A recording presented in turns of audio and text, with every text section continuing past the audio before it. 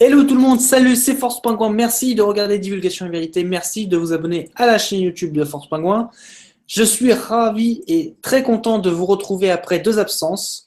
Ça me fait énormément plaisir. Et tout de suite, on va attaquer le sujet qu'est l'astrologie. Mais tout d'abord, on va vous présenter notre Gérard Blander. Salut Gérard.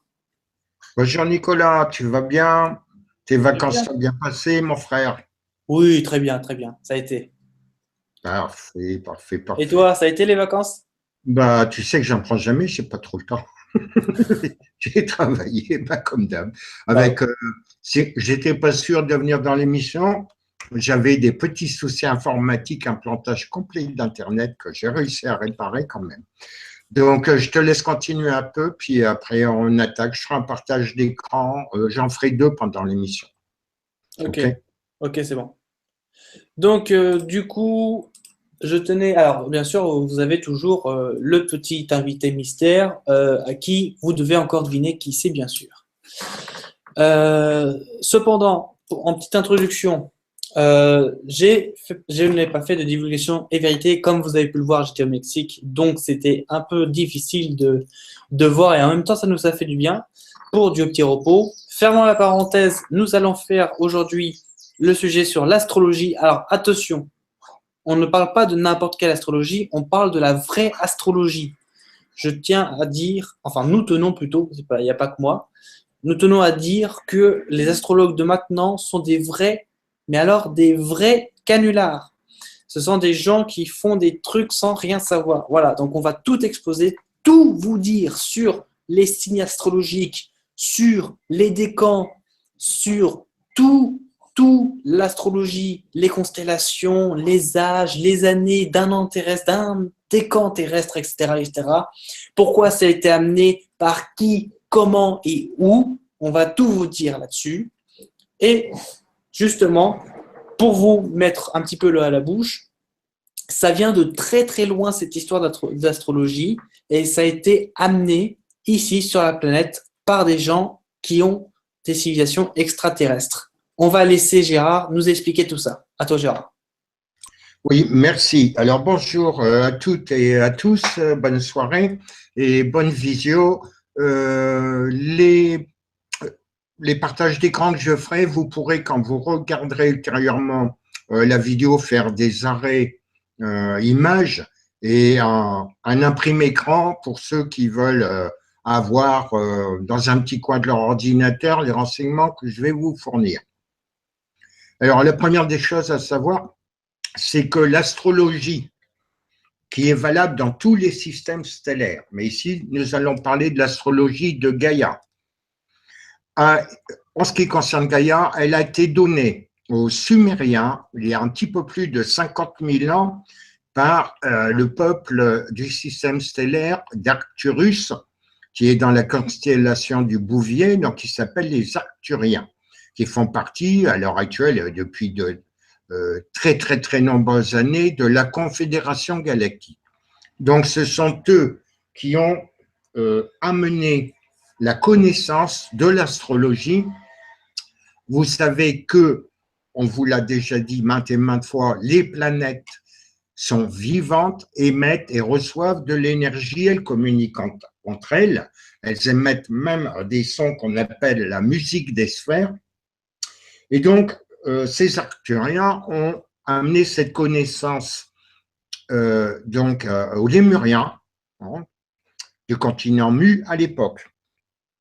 Ils ont commencé, vous avez la Vatica, comme vous voulez, La Svatika. la Vatica, peu importe, pas le Vatican, j'ai fait un petit jeu de mots, et ne pas confondre, qui symbolise les 4 éléments fondamentaux de l'astrologie, les 4 astres qui correspondent aux solstices et aux équinoxes. Vous avez les équinoxes de printemps et d'automne, les solstices d'été où on va entrer bientôt et d'hiver. Donc, ce sont les 4 forces. La Vatican permet de donner, explique la propagation des énergies dans le sens soit des aiguilles d'une montre, qui est le sens réel, nous allons en parler après, ou dans le sens contraire, qui est axé sur la vie des individus, en particulier ce que les astrologues appellent l'horoscope. Il faut savoir qu'à l'origine, le zodiaque est une grande horloge. Une horloge où la petite trotteuse en ce qui concerne Gaïa est Sélène, que vous appelez la Lune, qui est, je le rappelle, un satellite artificiel, qui n'est pas une lune naturelle. Et il y en a beaucoup d'artificiels aussi dans le système solaire d'ailleurs. Donc, cette lune met, pour faire le tour de Gaïa, et Gaïa en fait le tour aussi, mais c'est un autre problème, 28 jours à 29, en moyenne 28 jours, qui correspond au cycle d'ailleurs de menstruation des femmes d'ailleurs. Ensuite, vous avez donc toutes ces planètes qui tournent autour de Gaïa, donc qui ont des maîtrises sur les signes zodiacaux. Il y a 12 signes du zodiaque, il y a 12 sphères planétaires physiques en 3 dimensions dans le système solaire. On considère que le Soleil, on l'appelle planète aussi chez les bons astrologues. Je vous signale en passant que ça fait plus de 50 ans, même plus, que je suis astrologue dans cette incarnation. Je l'ai été dans mes 12 incarnations précédentes, et chez moi, je suis astrologue aussi, entre autres choses. Donc, c'est un sujet que je connais très bien. Donc, vous avez donc 12 sphères planétaires qui ont chacune leur émission d'énergie bien particulière, et tout ça interfère avec tout ce qui se passe sur Gaïa, avec Gaïa même, et avec les êtres, que ce soit des végétaux, des minéraux, des animaux, humains, ça interfère au niveau énergétique, puisque vous savez que tout est onde et vibration. Donc, cette Vatica a été détournée à l'époque, on va dire, hitlérienne, à l'époque juste avant la Deuxième Guerre mondiale, par les gens appelés les nazis, qui ont détourné cette connaissance en l'inclinant de 45 degrés à droite, d'ailleurs, à leur profit, puisqu'ils travaillaient beaucoup sur les sciences dites occultes. Occultes, pourquoi? Parce que ce sont des sciences qui étaient cachées et sont encore d'ailleurs aux yeux des Gaïans, donc des terriens, si vous préférez le terme terrien, qui ne veut rien dire d'ailleurs. Terrien ne veut rien dire, Gaïa, c'est le nom de la planète. À la limite, on peut l'appeler Ge. Donc voilà pour la petite histoire de l'origine. Alors, ce qui se passe à l'heure actuelle, j'en ai parlé avec beaucoup d'astrologues. J'ai des astrologues qui étaient présidents de la CIA, qui n'est pas la CIA américaine, mais le Centre international d'astrologie, qui est désincarné depuis pas mal d'années, qui a été le président, qui s'appelait Henri Gouchon, un ami qui partageait les mêmes principes que moi, avait les mêmes connaissances astrologiques que moi. Or, on constate qu'à l'heure actuelle, beaucoup d'astrologues ne se trompent de maîtrise des planètes. Les planètes ont des maîtrises sur les signes zodiacaux qui sont, si vous voulez, si je peux m'exprimer comme ça, des filtres de couleurs différents. On associe des couleurs aussi aux planètes parce que ces couleurs sont des harmoniques, des énergies qu'elles dégagent à des moments donnés. Ces énergies peuvent être harmonieuses en combinaison ou trop violentes, ce qui est appelé par les astrologues contemporains des mauvais aspects, mais il n'y a pas de mauvais aspects en réalité.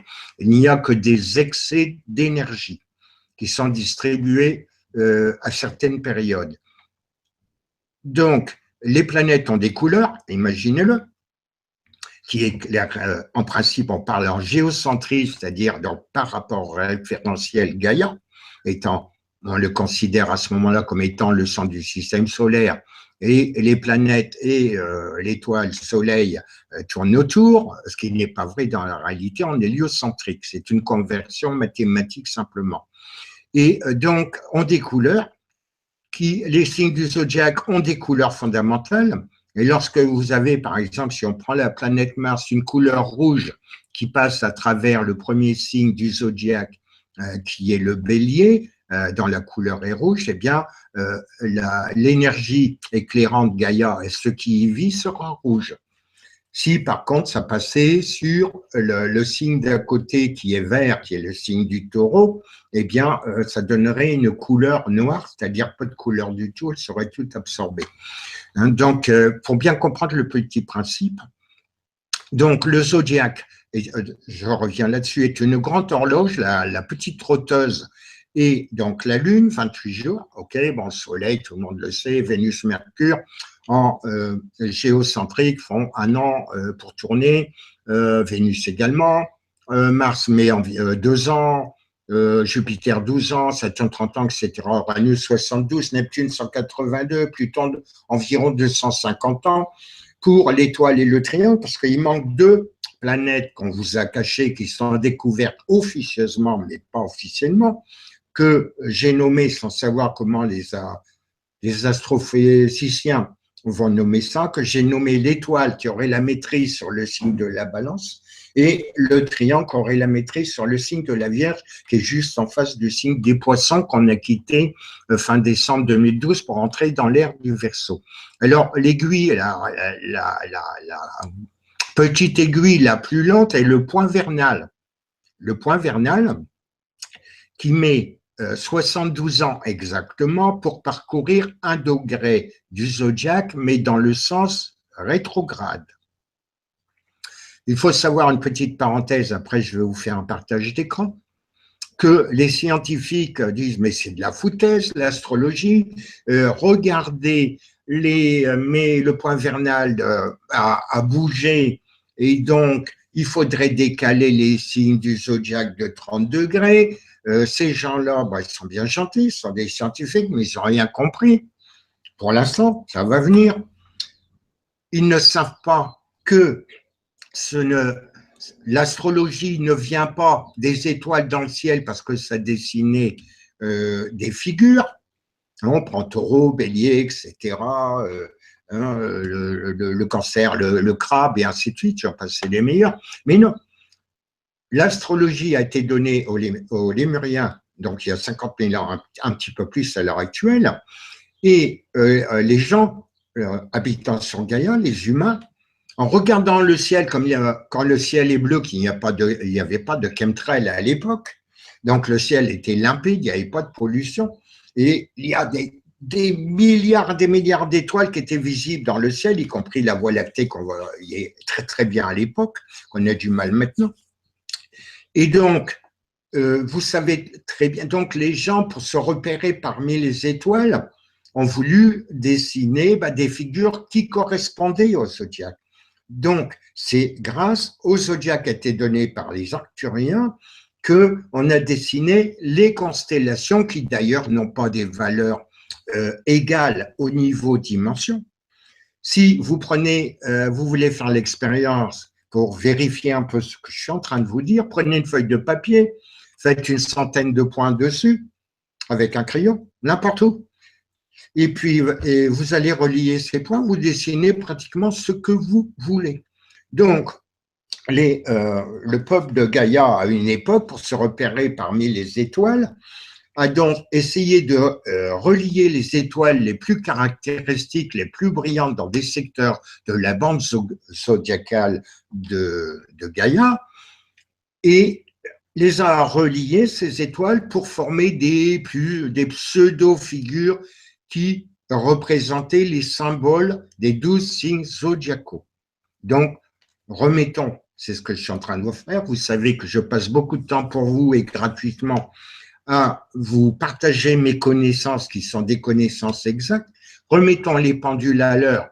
Ce ne sont pas les constellations qui ont donné naissance au zodiaque, ça c'est ce qu'on vous a fait croire, mais totalement l'inverse. C'est le zodiaque qui a permis de dessiner, en reliant les étoiles entre elles fictivement, les dites constellations.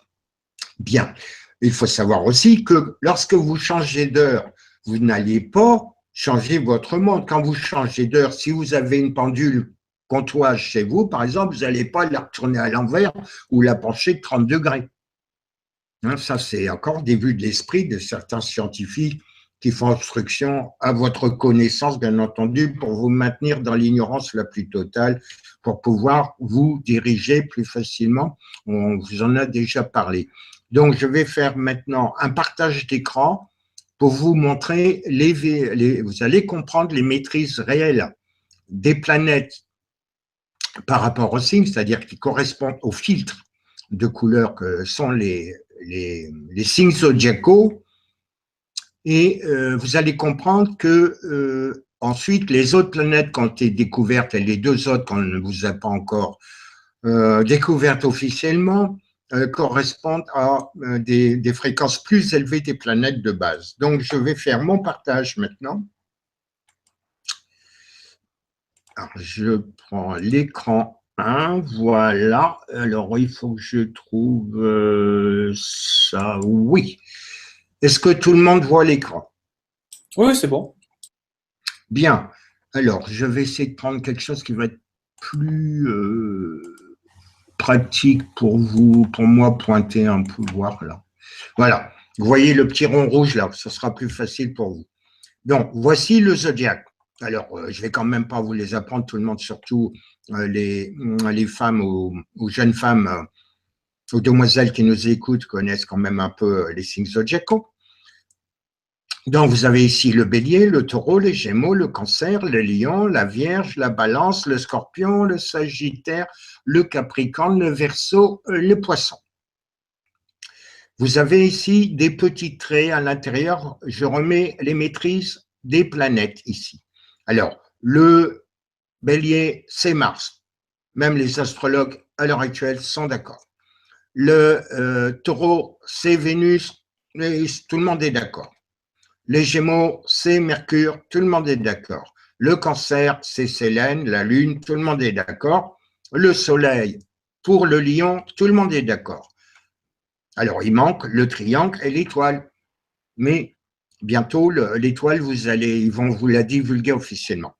Alors, là, on n'est plus d'accord. C'est que les astrologues, ou prétendus tels, à l'heure actuelle, qui n'ont rien compris, au zodiaque, mettent Neptune, maîtrise des poissons. C'est pas vrai. Ils mettent Uranus, maîtrise des Verseaux. C'est pas vrai. Et donc, ils mettent après Saturne, maîtrise du Capricorne. Ils mettent qu'est-ce qu'ils mettent après? Jupiter, maîtrise du Sagittaire. C'est pas vrai.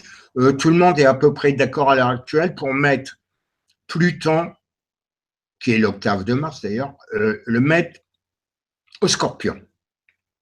Or, si vous considérez, mis à part le Soleil et la Lune, parce que la Lune est le satellite de Gaïa, si vous prenez par rapport au Soleil, hormis le fait de la Lune, qui est un cas particulier puisqu'on est en géocentrique, ici vous avez au milieu le symbole réel qui est représenté en astrologie ou en astronomie de la Terre, donc de Gaïa.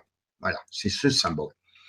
Tous les symboles que je vous ai dessinés ici, sauf celui du poisson, que ce soit pour les zodiaques ou les planètes, sont les symboles réels originels, l'origine donnée par les acturiens. Or, si vous prenez en partant du Soleil, vous avez la planète qui est la plus près du Soleil, c'est Mercure. OK? Ensuite, la deuxième planète, deuxième bande orbitale de ce système solaire, c'est bien Vénus. Ensuite, c'est bien Mars. Entre Mars et Jupiter, d'ailleurs, il y a la ceinture d'astéroïdes qui correspond au restant de la planète Tiamat qui a été détruite à l'époque, dont Mars était d'ailleurs une des lunes.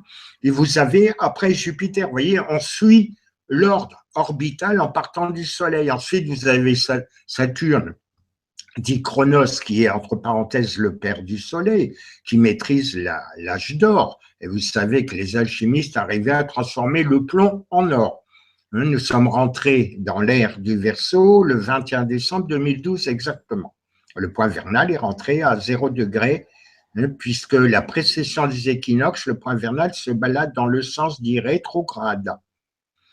Donc, nous avons donc Uranus qui est maître et qui a la maîtrise sur le signe du Capricorne, Neptune sur le signe du Sagittaire, Pluton, on l'a vu, sur le Scorpion, l'étoile qu'on va vous porter à votre connaissance, j'espère bientôt officiellement, aura la maîtrise sur la Balance, et le triangle beaucoup plus tard, qui est connu quand même, des forces de l'ombre, aura la maîtrise sur la Vierge. Et or, si on prend au Moyen-Âge notamment, eh bien, les astrologues de l'époque, vous voyez, mettaient des maîtrises, parce que Uranus, Neptune, Pluton, l'étoile, les triangles ne sont pas d'ailleurs, les deux derniers connus, n'étaient pas connus à l'époque. En fait, Uranus, Neptune, Pluton, et puis les deux autres, l'étoile et le triangle, sont des octaves des astres précédemment connus. Les anciens au Moyen-Âge, à part des cas très particuliers, bien sûr, comme toujours, officiellement, ne connaissaient que Saturne, pas plus loin. C'est-à-dire Uranus, ils ne connaissaient pas, etc. Donc, ils attribuent un domicile, vous voyez, déjà au Moyen-Âge, de Saturne au Verseau, qui était le domicile dit diurne, c'est-à-dire de jour, et le domicile nocturne, dit occulte, dans le Capricorne, parce qu'il n'avait pas découvert l'octave qui est Uranus. Même chose pour Jupiter, était donné comme maître du signe des poissons qui ressemble à un Z, le signe du poisson réel. Celui-là n'est pas le bon signe. Et donné donc en domicile diurne et en nocturne, donné le signe du Sagittaire. Pour Mars, eh bien, bon, c'était Bélier, bien entendu, et c'était le signe du Scorpion, ainsi de suite. Pour Vénus, c'est le signe du Taureau, et c'était également le signe de la Balance. Pour Mercure, les Gémeaux, et également le signe de la Vierge. Voilà. Donc ça, c'était au Moyen-Âge. Or, depuis, bien sûr, Uranus, Neptune, Pluton, les autres qu'on ne vous a pas dit officiellement, ont été découverts, bien entendu, ils sont les octaves de ces planètes. Et si vous réfléchissez à quelque chose, on est rentré actuellement dans le signe donc des Verseaux, qui est réputé être l'âge d'or. Or, l'âge d'or en face, qu'est-ce que vous avez? Le signe du Lion, dont la planète, qui est l'étoile, le soleil, Hélios, est maître et représente l'or, matière, métal, précieux, dit précieux, mais le cuivre est très précieux aussi d'ailleurs, et la couleur jaune. Or, Chronos symbolise, lui, le plomb. Le plomb est transmutable en or. Or, à l'heure actuelle, vous savez très bien, et j'y participe comme beaucoup d'autres, nous sommes en train de vous partager nos connaissances. On est dans une période de divulgation qu'on espère totale, alors que les forces de l'ombre, elles, voudraient faire une divulgation partielle étalée sur une centaine d'années.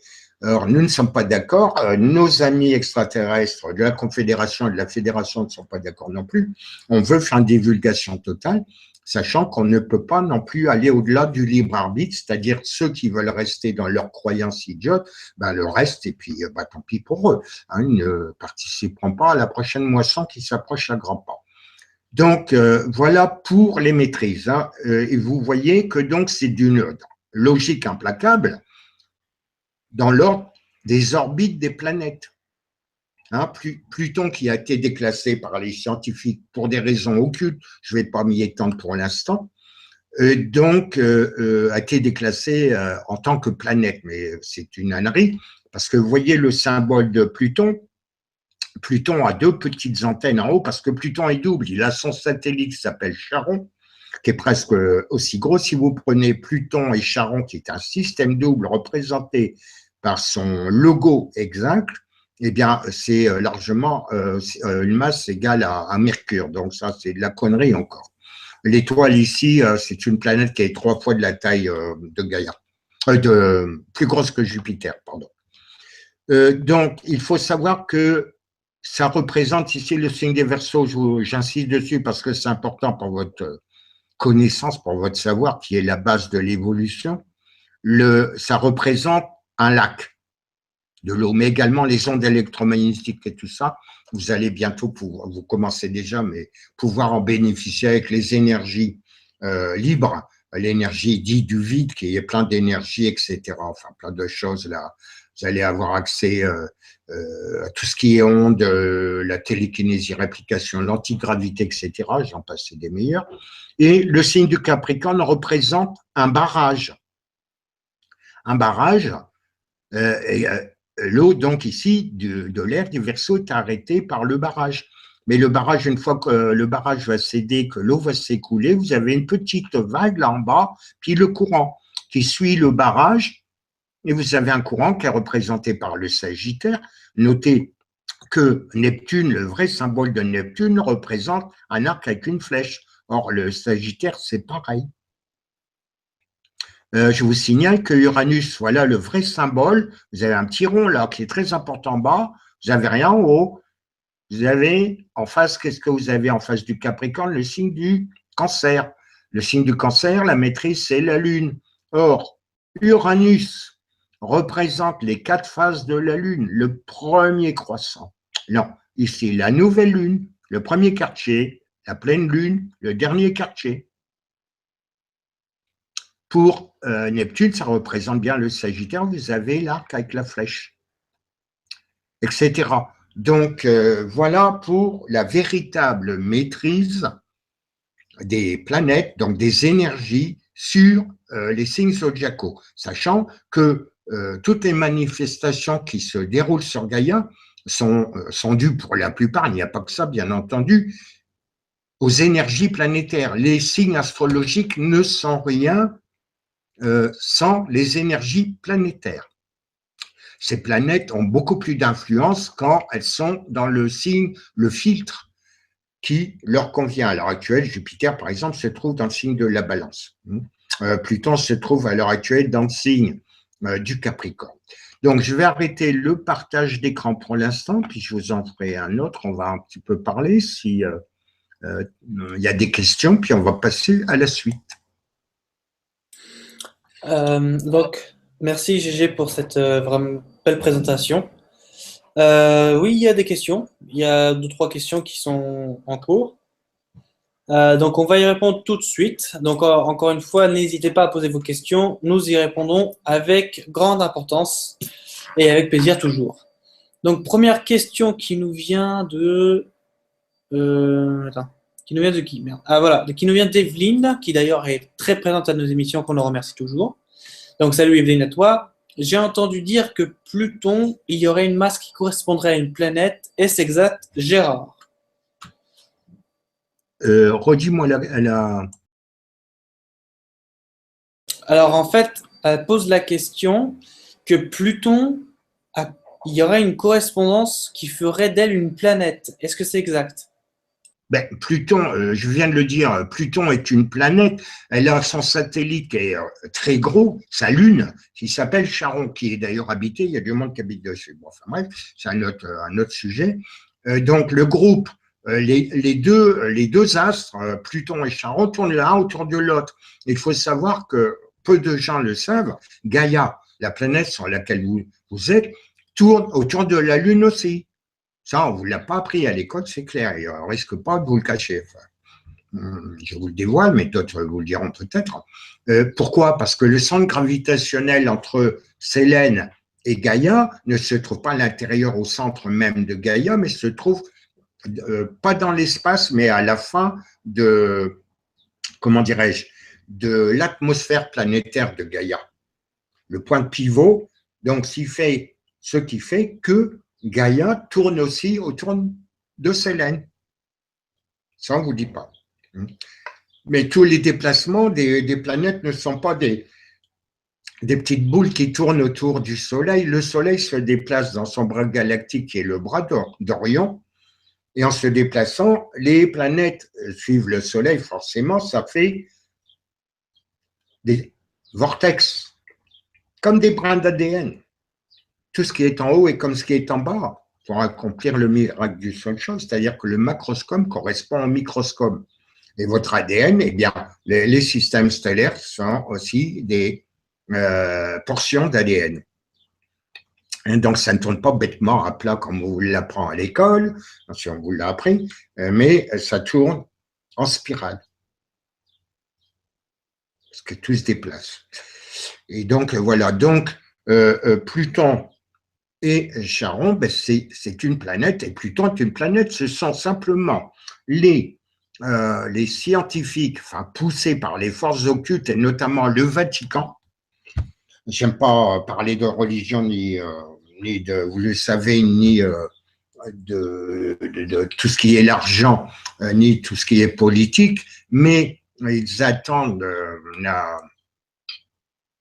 j'aime pas prononcer, non, une puissance extrêmement maléfique qu'ils attendent avec impatience, et pour que ça soit la 9e planète, parce qu'il y en a 2 autres qu'on vous a cachés pour l'instant, ils veulent que, ils ont déclassé Pluton pour que ce qu'ils espèrent qui va arriver, qu'ils appellent Nibiru, ne pas confondre avec la planète X, c'est autre chose. La planète X, c'est l'étoile que je vous ai signalée dans le partage d'écran avant, qu'ils essaient de trouver là. Ils font ça, ils font semblant qu'ils trouvent, mais ils connaissent depuis longtemps, je vous le signale tout de suite. Mais bon. Et donc, voilà. Et donc, ils ont poussé au grain pour faire déclasser Pluton. Elle n'a pas assez de masse, elle n'est pas assez grosse, elle met en planète naine et tout ça pour la déclasser, alors que Pluton et Charon ont une influence excessive. Et beaucoup de gens qui sont du Capricorne ou qui ont la maison 10 au Capricorne ou à leur naissance actuelle ou leur ascendant Capricorne ont pu constater des évolutions complètes dans leur mentalité, leur façon d'être ou de vivre, toutes les personnes qui ont un point vital astrologique au Capricorne. Pourquoi? Parce que Pluton, il y est depuis quelques années quand même, hein, il se balade environ 250 ans pour parcourir son orbite, et donc reste quand même quelques années dans un signe. Et toutes les personnes qui sont natives de ce signe, ou ont l'ascendant, ou ont la maison 10, c'est-à-dire le milieu du ciel, à ce niveau-là, ont pu constater, vous pourrez le vérifier vous-même, il y a autour de vous, une évolution complète, c'est-à-dire qu'ils ont abandonné leur mode d'action, de professionnel, ou leur façon d'agir, de penser, ou de dire les choses, ils ont changé, pas instantanément, mais du tout au tout. Ils ont changé, on pourrait dire, certains diraient, de ligne temporelle. Donc voilà, donc c'est une, pour répondre à la question, c'est une planète à part entière. Je parle toujours des planètes en troisième densité. Hein. On fera le sujet d'autres émissions plus tard pour les planètes d'autres densités. Notamment, c'est sûr, on parle que des planètes 3D. Voilà. Alors, si tu as d'autres questions, après, on va faire la suite, puisque l'heure tourne quand même. Bien sûr. Alors, je vais reprendre une seule question, parce que là, il y a énormément de questions qui arrivent, donc on va répondre juste après. Bien sûr. Après, si on ne peut pas finir tout aujourd'hui, ils n'ont qu'à poser sur Facebook, soit sur mes sites, ou ma chaîne, ou la chaîne. Et on prendra le temps de répondre. Je réponds à tout le monde pour l'instant. Ça me prend d'ailleurs un temps fou. Exactement, exactement. Et donc, après, juste avant de clôturer, par contre, on va reprendre pour le sujet de l'éclipse du 21 août, bien sûr. Je vais prendre juste une petite… En dernier, le 21 août. Voilà, c'est ça. Mais je réponds juste on reprend une question et puis après, on poursuit. Une autre question qui nous vient de qui, pour changer un peu.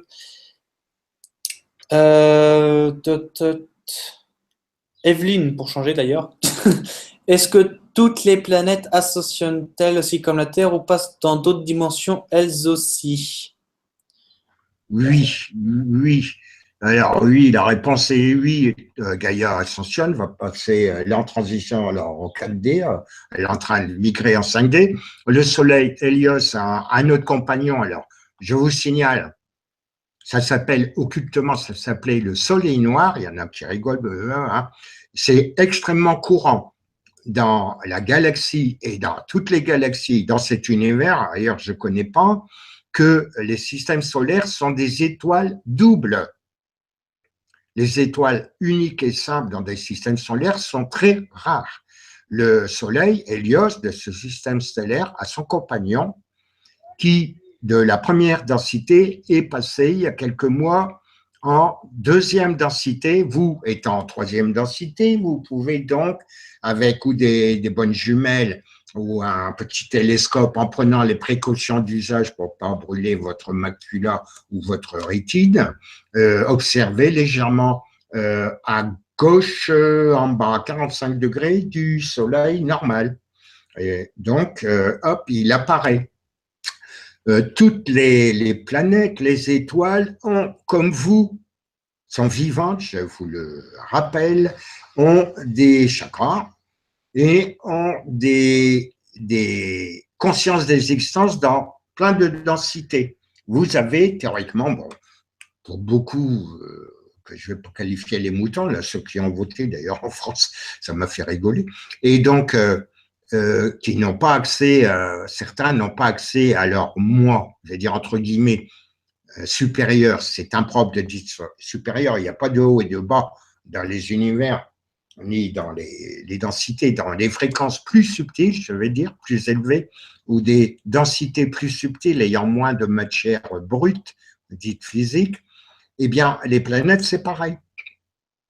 Si on prend Gaïa, les Gaïa, elle a 12 densités différentes, comme vous. Seulement, beaucoup d'entre vous n'arrivez pas à entrer en contact avec vous-même dans des densités plus subtiles. C'est là où vous avez le problème. Et rassurez-vous, pour ceux qui sont éveillés, qui nous écoutez, ça va venir.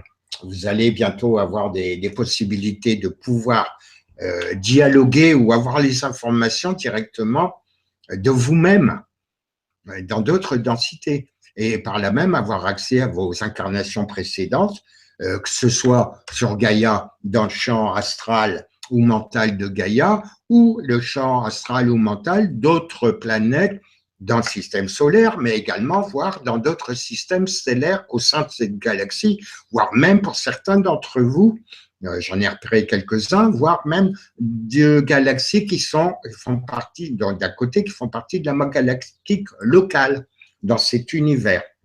Donc, voilà.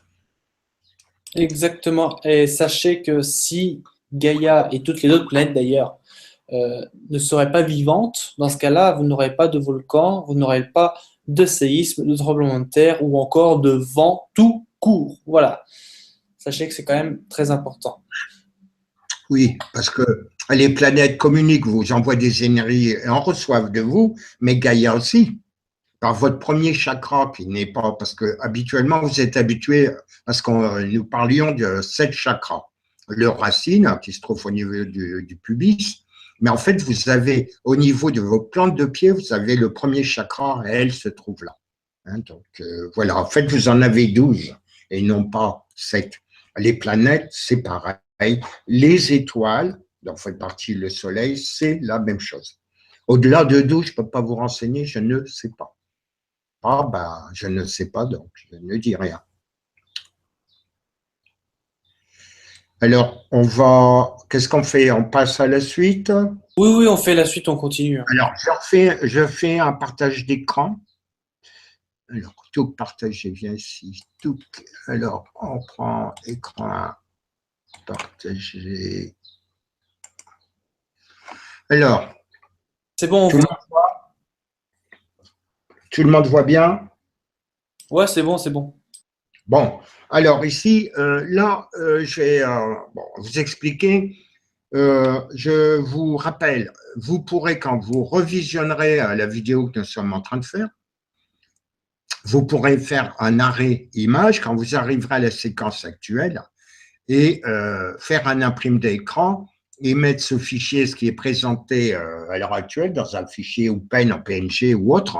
Et comme ça vous permettra d'avoir la mémoire de ce que j'ai fait pour vous ici pour vous expliquer le zodiaque. Donc, on retrouve toujours notre zodiaque. Je vous ai dit tout à l'heure, alors je vais reprendre un petit pointeur tech. Voilà, là comme ça on voit mieux. Vous avez donc notre zodiaque dont on a parlé tout à l'heure avec les maîtrises des planètes, hein, donc le bélier, Mars, si on parle dans le sens appelé direct, qui est en fait le sens positif, ce sens de la flèche, c'est le sens positif en trigonométrie, qui est le sens inverse des aiguilles d'une montre. Tandis que pour le point vernal, les airs, on est rentré dans l'ère du Verseau, c'est dans ce sens-là que ça se passe. De là, la Vastika, d'ailleurs, qui a été donnée, hein, qui s'appelle une croix gammée, parce qu'il y a le gammage en haut de la croix qui représente les 4 axes fondamentaux, c'est-à-dire celui-ci, d'accord, et celui-là.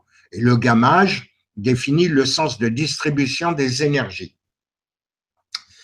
Donc, on résume rapidement: Mars pour le Bélier, Vénus pour le Taureau, Mercure pour les Gémeaux, la Lune pour le Cancer ou le Crabe, donc le Soleil pour le signe du Lion, le triangle, vous ne connaissez pas à l'heure actuelle, pour la Vierge, l'étoile pour la Balance, l'étoile c'est la justice, j'en parlerai si on a le temps après, Pluton pour le Scorpion, Neptune pour le Sagittaire, et Uranus pour le Capricorne, Saturne pour l'air du Verseau, et Jupiter, le grand chef des dieux, appelé dans la mythologie, pour le signe des Poissons. Alors, vous avez ensuite les décans. Alors, contrairement, je m'adresse aux astrologues ou prétendus, les décans sont extrêmement importants. Vous avez, si on prend le premier signe, le signe est divisé, il y a 36 décans, hein, c'est-à-dire 12 signes divisés par 3, 3 fois 12, 36, et chaque portion de 10 degrés subit l'énergie d'une planète en particulier. C'est la même chose, vous vous souvenez, l'année dernière, j'ai écrit un article, et on a peut-être fait une émission sur les heures magiques qu'on vous a cachées en enseignement, bien entendu, pour pas que vous puissiez bénéficier des énergies, justement, des planètes qui sont favorables à telle ou telle action à des jours particuliers et également à des moments particuliers. Or, on voit ici, par exemple, le Bélier, eh bien, le premier décan, c'est Mars. Alors, Mars, donc, c'est hyper important. C'est d'ailleurs l'alpha, hein, l'oméga, on le retrouvera là-bas en bas, à la Balance. Ensuite, le deuxième décan, bah, c'est le Soleil. Le troisième décan sous la maîtrise, d'abord de Mars, bien sûr, mais en second, de Vénus. Et on continue, le deuxième signe zodiacal, sous la maîtrise de Vénus d'origine, mais le premier décan de Mercure. Comme, par exemple, ça peut correspondre à une rencontre amoureuse. Voilà, des rencontres amoureuses. Si on combine Vénus, l'amour, non, mais pas que ça d'ailleurs, je parlerai si on a le temps des principes des planètes, et Mercure qui est le messager, la communication entre le moi et le non-moi. Voilà, le troisième, donc le deuxième décan, bah, c'est la Lune. Le troisième décan, c'est Saturne, etc. Donc ça, bah, je ne vais pas tout faire le tour parce que ça va prendre trop de temps. Je vous laisse le voir. Alors, tout ça correspond, ces décans correspondent à des signes, à des choses bien particulières. Le zodiaque a des choses. Vous savez que quand vous naissez, l'heure exacte de votre naissance est le moment pile poil quand on coupe le cordon ombilical. Ça, on ne peut pas être plus précis, c'est le moment exact de votre naissance. Ou à ce moment-là, comme vous n'êtes plus sous la dépendance du placenta puis de votre mère, vous prenez le flash, comme un flash, de l'empreinte des énergies du moment, à l'instant même où vous naissez, c'est-à-dire que vous coupez le lien avec votre mère par la section du cordon ombilical, vous êtes imprégné des énergies, c'est ce qu'on appelle faire le thème astral de quelqu'un. Or, ce thème astral, il va, en fonction des décans, des maisons astrologiques, des signes, etc., des positions des planètes, de leur combinaison harmonieuse ou pas, vont déterminer des possibilités d'expérimentation de votre existence incarnée sur cette planète. Pour d'autres planètes, sur la mienne, il y a beaucoup plus de sphères, il y en a 24, enfin il y a plus que 23, mais il y en avait 24. Et donc, qu'est-ce que j'allais dire? Donc, ces cycles, le premier cycle, vous verrez ici les petits tableaux pour le Soleil, 2, 9, 16, 23, 30, 38, 45, etc. Ce sont les signes que vous retrouvez ici de déplacement, des possibilités.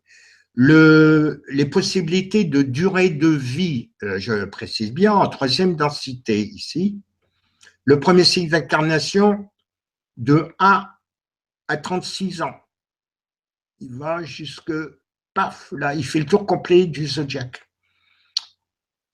Il y en a, ils vont vivre que jusque 36 ans, parce que c'est vous-même qui choisissez ce que vous allez expérimenter pendant votre incarnation. Contrairement, il y a des détracteurs ou des gens vraiment bouchés qui n'en comprennent pas que c'est vous qui décidez de vous incarner. Quand vous allez vous incarner, les prématurés, par exemple, décident de s'incarner plus tôt avant les 9 mois, où les retardataires préfèrent rester un petit peu dans l'utérus de leur mère, et donc ils dépassent les 9 mois. C'est l'entité qui va naître, qui est incarnée, donc vous-même, qui décidez. Le deuxième cycle est de 37 à 72 ans. En général, bon, c'est un moyen de vie. Ceux qui passent le cap de 72 ans vont entamer le troisième signe zodiacal, qui est de 73 à 108 ans, etc. Je vous laisserai lire la suite. Alors, ce qui est important, c'est de voir ce que j'ai écrit ici en dessous, les possibilités générales d'expérience possibles sur Gaïa pour les choix de vos incarnations physiques sont déterminées à la naissance, que je viens de vous préciser, c'est quand exactement, par votre signe astrologique, le décan, le signe de votre ascendant et son décan, chaque degré étant sous la gouvernance des énergies planétaires déterminant votre expérience globale à effectuer en fonction de votre choix pré-incarnal. Cela donne 36, les 36 décans, multipliés par 12, les 12 signes. Pour votre ascendant, il y a 12 signes, 36 décans également. Donc, ça multiplié, ça vous donne 186 624 possibilités générales, mais de base, d'expérimenter pendant votre durée de vie, que j'ai noté ici, de vos cycles d'incarnation sur cette planète. Alors ça, il y a peu d'astrologues, je dis tout de suite, qui sont au courant de ça. Donc, je vais arrêter. Alors, je l'ai laissé suffisamment longtemps pour que vous puissiez faire une copie d'écran quand le moment sera venu. Je vais arrêter le partage. Et puis, voilà, recoucou, vous me voyez. Et donc ça c'est extrêmement important. Extrêmement important, parce que ça vous donne, des gens disent, ouais, mais j'ai pas demandé à Annette, j'ai pas demandé à Vie. Mais si, vous avez demandé. Quand vous êtes désincarné, à l'heure actuelle, les gens se désincarnent de plus en plus dans le monde qu'on appelle mental. Les gens rêvent de plus en plus dans le monde mental. Au cours de mes balades nocturnes, quand j'ai le temps d'aller me balader, je me rends compte qu'il y a beaucoup de gens qui rêvent en mental maintenant, alors qu'avant, c'était pratiquement uniquement qu'en astral. Et quand vous êtes ou dans l'astral ou dans le mental, que vous avez fini votre incarnation, que vous avez décidé, et ben après, vous faites ce qu'on a déjà parlé, revisionner les émissions que j'ai fait avec Nicolas sur le monde astral, etc. On a développé assez longuement ce sujet de ce qui se passe dans l'astral, même dans le mental. Et donc après, si vous voulez réexpérimenter, vous êtes d'accord, vous allez déterminer d'abord, trouver des parents potentiels qui vont cadrer, vous avez une vague idée de ce que vous voulez expérimenter. Et puis, vous allez calculer, à peu près, vous allez voir l'époque où les influences des planètes, qui sont, je le rappelle, vivantes comme vous, vont vous donner les impacts, les énergies suffisantes ou nécessaires pour votre expérimentation. À partir de ce moment-là, quand vous avez approximativement la date, vous allez choisir des parents déjà incarnés pour y envoyer que vous allez fabriquer, votre éthérique que vous allez envoyer dès la première division cellulaire, on en a déjà parlé, 3 mois environ après, donc il va commencer à fabriquer votre futur véhicule physique. Ensuite viendra s'incarner votre véhicule astral, suivi du mental, etc., du causal et ainsi de suite. Toute la série viendra s'emboîter dans votre véhicule physique. Mais des fois, on peut se délocaliser, ce qui permet de faire des voyages astraux ou mentaux. Ou éthérique. Éthérique, ce n'est pas un véhicule, je le rappelle, à part certaines entités dites négatives se servent de l'éthérique comme véhicule, mais ce n'est pas tellement fait pour ça. Et donc vous choisissez, quand vous êtes un bébé qui va naître, quand il est dans le ventre de sa mère, d'abord il est dans l'eau, je vous signale, il vit dans l'eau, c'est un liquide. Pour ça, si je peux donner un conseil aux mamans qui nous écoutent, si vous pouvez accoucher dans l'eau, c'est moins traumatisant pour le bébé qui va naître. Et puisqu'il vit dans l'eau pendant 9 mois en moyenne, selon ce qu'il a décidé. Mais quand il est à l'intérieur de l'utérus de sa mère, il entend tous les sons. Il reconnaît la voix de son père, de sa mère, etc., des amis, du tonton, etc. Il reconnaît tout. Il entend. Et c'est moi, plus subtil, décide, en fonction de l'évolution de l'organisation de son futur véhicule physique, de dire, je vais naître, à telle époque, ça correspond à ce que je veux faire, ce que j'ai décidé d'expérimenter, et donc, il va naître à terme, c'est-à-dire, on appelle au bout de 9 mois. Dans d'autres systèmes solaires, ça dure moins longtemps, c'est 2 mois de gestation. Hein. Bon, ici, c'est 9 mois sur Gaïa, bon, ça évoluera d'ailleurs. On va décider de sortir plus tôt, parce que en sortant plus tôt, ça va correspondre à ce qu'il veut faire beaucoup plus. Il va subir les énergies, ou avoir les énergies des planètes du système dans lequel il s'incarne, sur Gaïa, du système stellaire, donc des bonnes énergies, puis d'autres qui vont être comme un catalyseur, qui vont l'obliger à évoluer, à se bouger un petit peu les fesses, si je peux me permettre cette expression. Ou d'autres, par exemple, certains vont décider d'être des primates, donc de naître un peu plus tôt, ou d'autres plus tard. Certains ont décidé juste de s'incarner pas longtemps, ou même de même pas naître, simplement pour servir de catalyseur pour d'autres personnes, en général pour les parents, la maman et tout ça. Certains m'ont posé des questions, un bébé qui va naître, puis il va mourir, je vais dire quelques jours, quelques semaines après. Mais je vous le répète, nous vous le répétons, nous sommes immortels, immortels. Le corps physique n'est qu'un véhicule, grossier, pas tellement pratique. Il ne peut pas passer à travers les murs, il ne peut pas se mettre, enfin si, on arrive dans certaines conditions à se mettre en lévitation, mais disons, il ne peut pas voler à la vitesse de la pensée, etc. C'est un handicap qui vous bloque, c'est pas tellement performant, quoi. C'est le même écart qu'il y a, allez, je vais dire, sans être péjoratif, entre une 2 chevaux et une Ferrari ou une Lamborghini, par exemple, comme type de qualité de véhicule. Et donc, d'autres vont décider, non, c'est pas le moment de rester un petit peu plus longtemps à l'abri dans l'utérus de leur mère. Donc voilà, alors s'il y a des questions, on peut y aller maintenant. Quelle heure il est? Oui. Oui, c'est bon, on va passer à la question. Alors, juste pour rajouter un petit truc par rapport à la naissance, d'ailleurs que tu as très bien expliqué, GG, hein, c'est très très bien expliqué.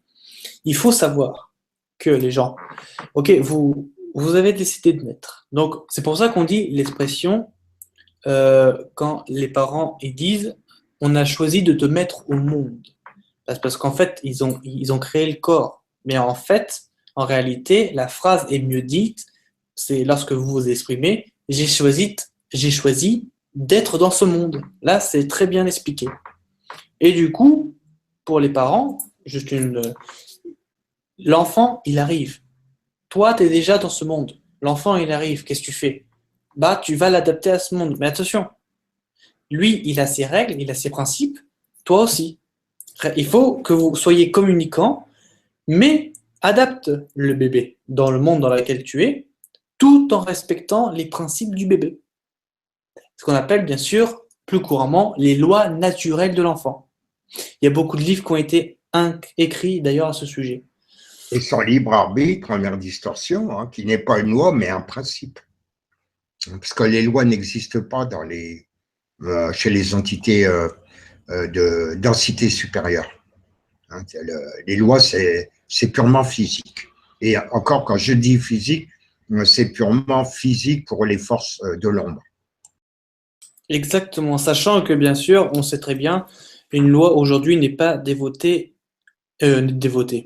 quelle erreur de ma part, une loi aujourd'hui qui est votée n'est pas votée démocratiquement, dans le sens où il n'y aura pas 100% des personnes qui vont voter une loi où tout le monde sera d'accord.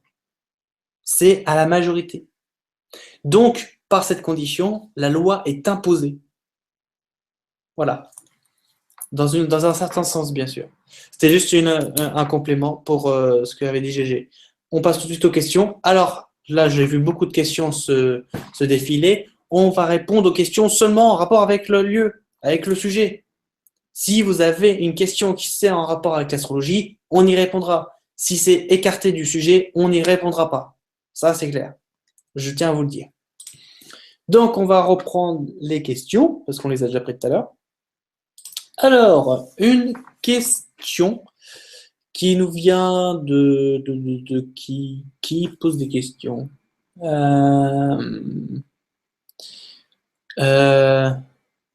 Ouais, il n'y a pas beaucoup de... Bon, on va prendre celle de... Attends, je vais remonter au début quand même. Si, ah voilà. Question d'Evelyne, pour changer. Alors, d'ailleurs, j'étais remarqué. L'ascendant, est-ce qu'il est important ou minime dans un thème? Première question. Deuxième question, car je suis vierge. Attention à ne pas utiliser l'ego, bien sûr. Car je suis vierge, ascendant balance, triangle étoile. C'est nouveau, ça change tout pour moi, vu les planètes pour mon thème. T'as de la chance, on est en commun. Je suis vierge, ascendant balance. Donc du coup, qu'est-ce que ça change, JG? Ça change à quel niveau? D'abord, l'ascendant est extrêmement important puisqu'il permet, l'ascendant, je vous signale, astronomiquement parlant, est l'horizon est, c'est-à-dire à l'endroit du lieu de l'événement, parce qu'il n'y a pas que la naissance d'un individu ou d'un animal, mais on peut établir le thème astrologique pour l'acquisition d'une voiture, la construction d'une maison ou d'un bâtiment. Je vous signale qu'il y a quelques lustres, avant de construire une église ou une maison importante, etc., il y avait toujours localement un astrologue qui était là pour donner le feu vert, ce qui s'appelle poser la première pierre. À l'heure actuelle, les chefs d'État, etc., et toute la clique, ils posent des premières pierres n'importe quand, n'importe comment, on s'étonne après que l'ouvrage se casse la figure. Bon, c'est un petit détail. L'ascendant extrêmement important parce que donc il détermine la personnalité, l'aspect extérieur de la personne. Ça joue énormément sur l'aspect extérieur. C'est extrêmement important parce qu'il va déterminer le point de calcul de ce qu'on appelle les maisons astrologiques qui, contrairement aux signes, se réfèrent à la partie psychologique d'un individu ou d'une chose ou d'un être. La partie des maisons astrologiques sont calculées en fonction de l'heure de naissance, calculée avec précision en temps solaire local, de lieu de l'allemand, permet de calculer ces maisons astrologiques qui sont des filtres qui permettent l'interaction sur les parties 3D, c'est-à-dire physiques des choses. Dans le monde, on va dire, purement physique, matériel, des choses, des événements. Ainsi, la maison 2, par exemple, qui est calculée à partir de l'ascendant, donc du lieu de naissance, il faut connaître la latitude et la longitude pour calculer le temps solaire. Vous savez que le soleil n'est pas là. Il y a ici, on est encore en France en plein jour, mais de l'autre côté de la planète, c'est la nuit. Vous voyez, donc le soleil, pour l'instant, il va se coucher chez nous, mais il est là. En ce qui concerne la France. Donc, on est obligé de connaître le lieu de naissance ou la latitude et la longitude, l'heure civile de naissance que l'on transforme en temps universel.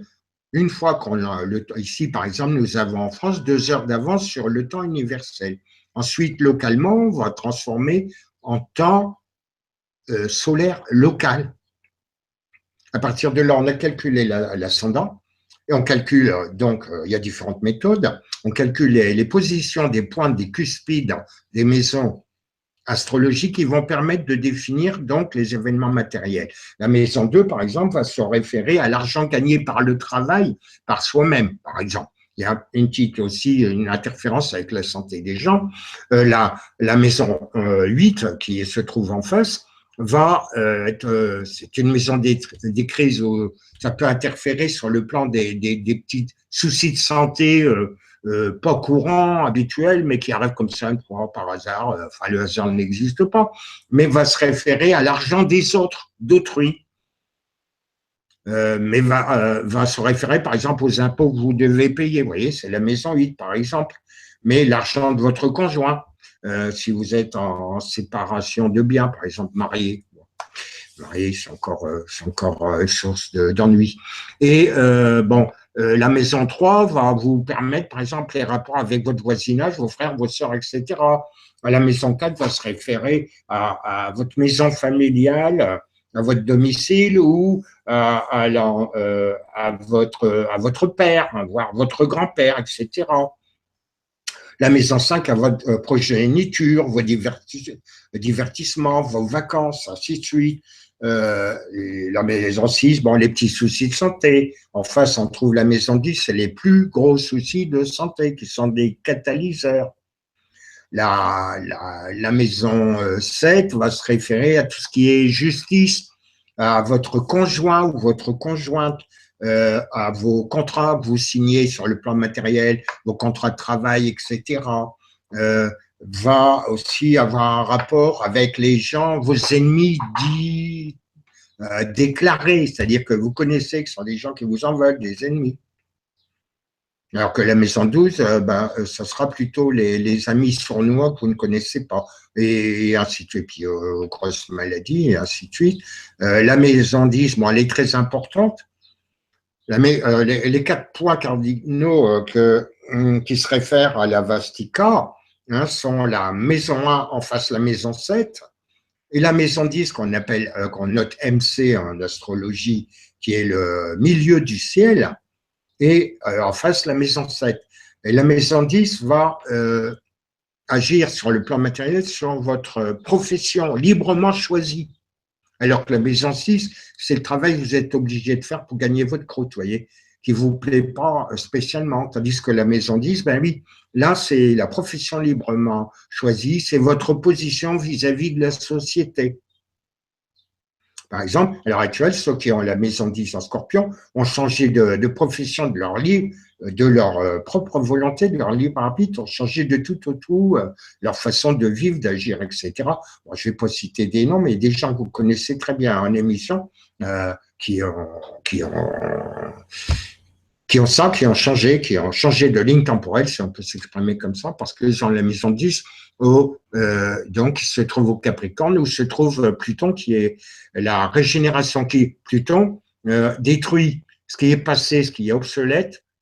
C'est un peu le phénix qui est revenu de ses cendres pour donner quelque chose d'entièrement nouveau, de tout neuf, entièrement neuf, qui n'a plus rien à voir avec le passé. Changement total de paradigme qui est nécessaire, comme une graine dans la terre, elle va pourrir et tout ça, puis quand le printemps, vous la semez en hiver, par exemple, le printemps va arriver, ça va donner naissance à une jeune pousse toute belle, etc. Vous voyez, c'est le même principe. Et donc voilà, donc c'est extrêmement important de connaître l'heure de naissance, le lieu de naissance de la personne ou de l'événement. On peut, par exemple, lancer des bateaux, etc., on devrait faire le thème astrologique du lancement et calculer l'heure. Ça éviterait qu'il y ait des naufrages, ainsi de suite. Puis pour construire des ponts, ça éviterait qu'ils se cassent la figure. Quand il y a des gens dessus, c'est pas tellement marrant, quoi.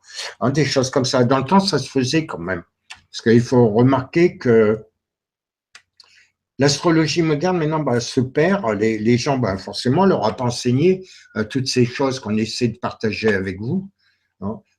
Donc, ils sont un peu perdus. Alors, ils font les choses un peu n'importe quand, n'importe comment. Puis après, il y a des catastrophes. Il ne faut pas s'étonner, quoi.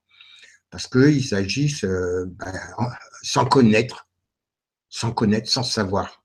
Et donc, nous essayons, tous nos frères et sœurs et amis, qui divulguons partageons nos connaissances avec vous, on essaie justement de vous ouvrir les yeux, de vous informer des réalités, de comment fonctionnent les choses, etc., justement, pour que vous puissiez être libéré complètement. D'ailleurs, c'est le site sur lequel qu'on a ouvert Nicolas et moi, enfin, et d'autres personnes, c'est Libération de Gaïa, hein, donc ce que vous appelez la Terre.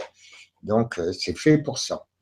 Donc ça, c'est extrêmement important de calculer l'ascendant, de savoir dans quel décan le soleil se trouve au moment de votre naissance. Une petite précision en ce qui concerne les femmes qui nous écoutent, ou les jeunes filles, la lune est extrêmement importante de beaucoup pour les femmes, presque autant que le soleil de naissance. C'est-à-dire, quand vous faites le thème astrologique de quelqu'un, la position du soleil va donner le signe astrologique de naissance. La position par décan va donner l'autre influence secondaire qui interagit pour toute la vie de la personne ou de la chose, hein, ou de l'événement.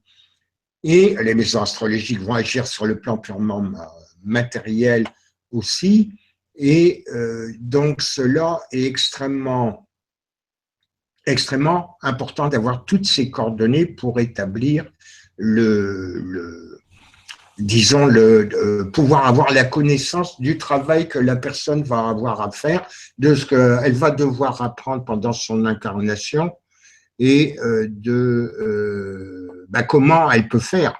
Alors, bon, il y a beaucoup de gens qui se bombardent d'astrologues du jour au lendemain comme ça, je ne vais pas citer de nom, que j'ai essayé de remettre un peu dans le bon chemin de la véritable astrologie, et puis qui profitent des gogos pour leur sortir de l'argent, et puis voilà, puis ils disent des conneries. Alors, il faut savoir que l'astrologie permet de dater des événements probables. Je vais vous dire une phrase que vous devez mémoriser. L'astrologie, les astres inclinent, mais ne gouvernent pas. Nous vous disons assez souvent que l'esprit domine la matière, donc vous avez votre propre libre arbitre. À partir du moment où vous êtes averti de ce qui vous attend sur votre route, soit des bonnes choses ou des mauvaises choses, si vous êtes prévenu, c'est ce à quoi sert l'astrologie par rapport aux personnes, aux entités, aux gens qui vivent sur cette planète et sur d'autres, dans d'autres systèmes aussi, c'est d'avertir les gens des probabilités de ce qui peut arriver. Si je fais une parabole, vous regardez la météo, vous dites il va y avoir du verglas et tout ça, puis des risques de neige et de grand vent, vous n'allez pas prendre votre voiture avec des pneus lisses si vous n'êtes pas obligé de la prendre. Sinon, vous avez beaucoup de chances de vous casser la figure. Par contre, quand vous êtes prévenu va avoir mauvais temps et puis que vous êtes obligé de prendre la voiture, vous allez vérifier la bonne pression des pneus, etc., rouler prudemment, etc., parce que vous avez été averti. L'astrologie gémellaire, donc qui sert pour les choses ou les gens, sert à ça, de les prévenir. Les astres inclinent, mais ne déterminent pas. Quand vous êtes prévenu, à vous de faire le bon choix. Vous avez votre libre arbitre. Par contre, en ce qui concerne le point vernal, qui est rétrograde, pour les grands cycles de Gaïa, c'est ça. Vous pouvez contribuer, puisqu'il y a sur toutes les planètes ce qu'on appelle, qui sont habitées, presque toutes sont habitées d'ailleurs, celle-ci-là, et même des lunes, hein, beaucoup, l'âme collective de la planète, c'est-à-dire la convergence des pensées, des actes, des écrits, des dires, des actions, des êtres qui habitent. Alors ça vaut pour les humains, mais ça vaut pour les animaux. Les humains sont des animaux aussi, hein, peut-être un peu plus évolués, quoique des fois on se poserait la question. Je rigole, mais quand on réfléchit bien, c'est sur ça. Et donc voilà à quoi sert l'astrologie. Alors les grands cercles, quand le point vernal tourne dans le sens aigu d'une montre sur le zodiaque, qui est la grande horloge, chaque planète est une des aiguilles de cette grande horloge, dont sont servis les Mayas, hein, d'ailleurs, qui avaient prédit non pas la fin du monde, mais la fin d'un temps, c'est-à-dire l'ère des poissons, qui a duré 2160 ans. Nous sommes partis d'aujourd'hui, pour 2165 ans, 255 ans. Voilà, après, il n'y aura plus personne sur d'ailleurs. Elle va se recycler complètement. Donc voilà pour cette question. Donc l'importance de bien avoir les bonnes coordonnées, parce que beaucoup de gens ne savent même pas quand ils sont nés, d'ailleurs certains jours, ou même l'heure de naissance. Parce qu'en mairie, tout ça, c'est noté, ou les sages-femmes, surtout dans le temps, à l'arrache. On n'est pas une demi-heure près. Or, ça peut être extrêmement important. D'accord, ok, bah écoute, merci.